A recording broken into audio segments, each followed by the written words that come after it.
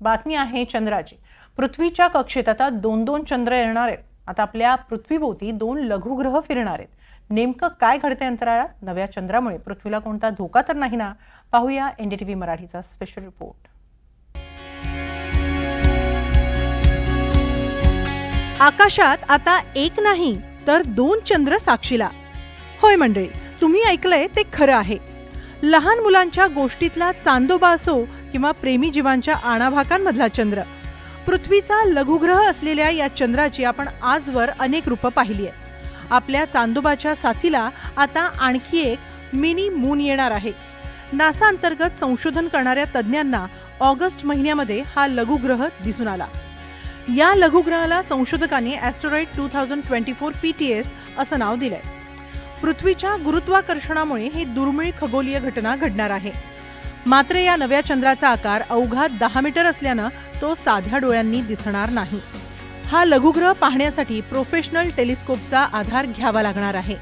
हा mini moon पृथ्वीच्या गुरुत्वाकर्षणामुळे घोड्याच्या नालीप्रमाणे प्रदक्षिणा घालेल। पृथ्वीच्या गुरुत्वाकर्षणाचा परिणाम ओसरेल तसा हा मिनी मून पृथ्वीच्या कक्षेबाहेर पडेल। एकतर ॲस्टेरॉइड म्हणजे लघुग्रह जे ॲस्टेरॉइड बेल्ट मध्ये आहेत।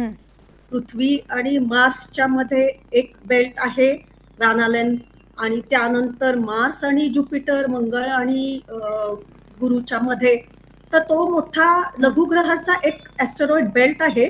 तिथून हे सारखे येत असतात पृथ्वीकडे आणि ते सूर्यापर्यंत जात असतात, हे असे लघुग्रह। तर आता सध्या हा मिनी मून किंवा पृथ्वीचा दुसरा चंद्र असं म्हटलं जातं। तर तो आपल्या ग्रॅव्हिटेशन मध्ये म्हणजे पृथ्वीच्या गुरुत्वाकर्षण याच्यामध्ये तो ट्रॅप झालेला आहे। ॲस्टेरॉइड 2024 PTS ची वैशिष्ट्ये काय आहेत ते पाहूया। पृथ्वीच्या चंद्रापेक्षा 3.5 लाख पटींनी तो लहान आहे। पृथ्वीला या लघुग्रहाचा धोका नाही। विविध प्रकारच्या धातूंनी ॲस्टेरॉइड 2024 PTS ची निर्मिती झाली आहे। 25 नोव्हेंबरपर्यंत तो पृथ्वीभोवती फिरत राहणार। वेग कमी असल्यामुळे पृथ्वीभोवती प्रदक्षिणा पूर्ण करू शकणार नाही। पृथ्वीच्या गुरुत्वाकर्षणाचा परिणाम ओसरेल तसा मिनी मून पृथ्वीच्या कक्षेबाहेर पडेल।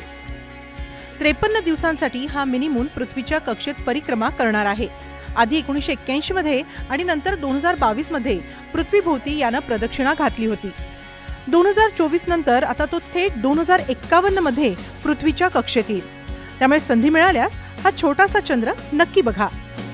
Bureau report, NDTV Marathi.